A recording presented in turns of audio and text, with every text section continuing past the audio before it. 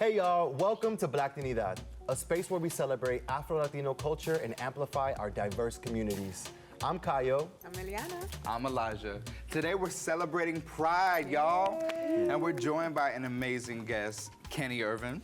Welcome. Yes. What's up? How you guys doing? How you Kenny. doing? Great. How you doing today? Pretty good. Chilling. good? You know, good vibes. Welcome. We're happy to have you here. Glad to be here. Welcome to our sala. Yes. Now, Kenny and I play basketball together. Okay. And, you know, a question I have for each of you is, do you ever code switch? Because there's times on the basketball court where being a gay man, sometimes I used to code switch. Do you do that? I'm here as an ally because I support and love my LGBTQIA community, so I'm gonna let y'all go first. Okay. Yeah. Code switching is something that I did a lot more when I was younger.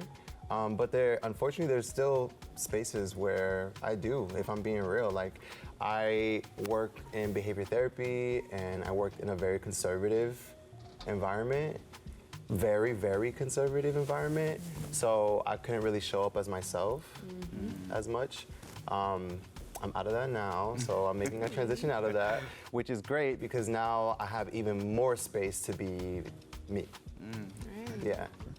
But I feel like even within my own queer community, I sometimes code switch. Unfortunately, like I used to do that a lot more, but now I'm like more into myself because I think depending on the type of demographic you're around, you kind of tend to try to fit in with them.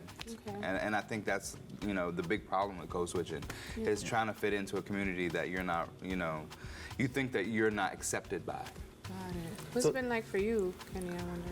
Well, code switching, I mean, it's a lot, you know, for being black, being gay, playing professional basketball to being a basketball trainer. It's a lot because sometimes you just don't know if you're safe, you know, and I think safety is a big part of, like, for me, you know, like I play in so many different basketball leagues where guys are not really comfortable with playing against, you know, a person that's part of the community.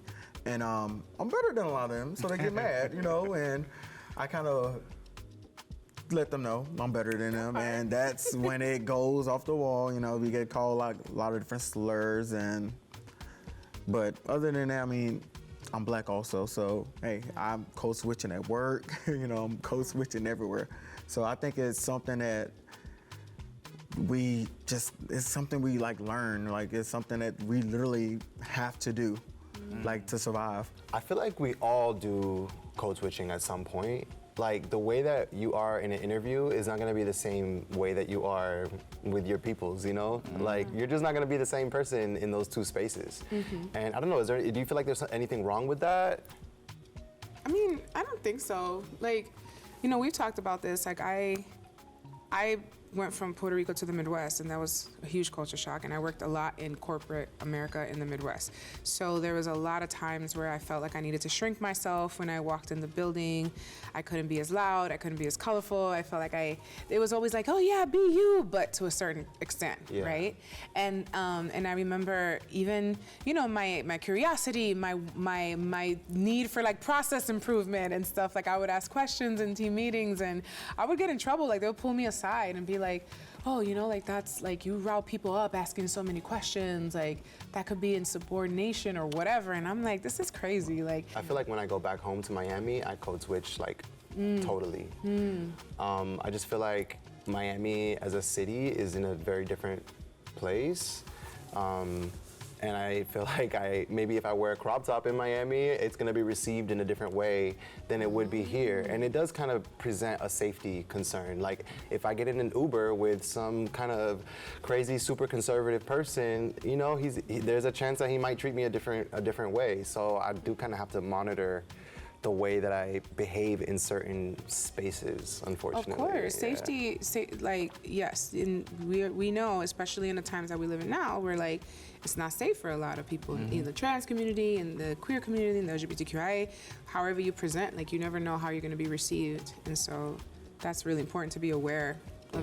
And I think also as allies, it's important for us, like if I'm having a gathering and I'm inviting my queer and my gay friends and my, you know, like I wanna make sure that other people that are there are also allies, right? Like I don't want to put my friends in a situation where they wouldn't feel welcome or where they wouldn't feel safe. Because yeah, they know I am not going to do that, But when you're talking about, hey, come over here, come meet me here, or come to this party, it's like you want to make sure. I feel like that's our job as allies, to make sure that our people are good too. I think, unfortunately, code switching is rooted in the hate that our ancestors had to deal with.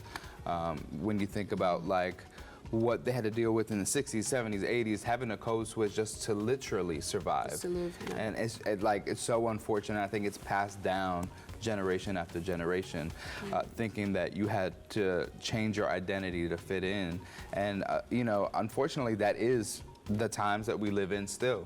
And hopefully it changes, and one day it might, but one day it might not, because things seem to not really be getting better. I will say, for my personal story, I do feel like it is getting better.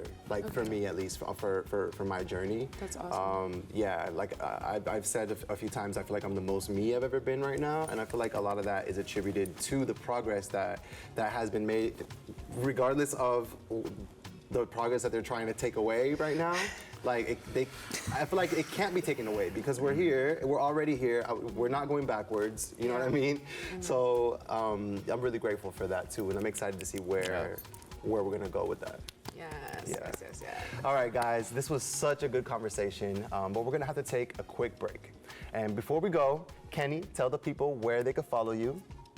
You can follow me on Instagram and TikTok at It's a Ken Thing, and it's literally It's a Ken Thing. So yeah. Okay, guys, don't go anywhere. We have a special treat just for you when we come back, right here on Blacktinidad.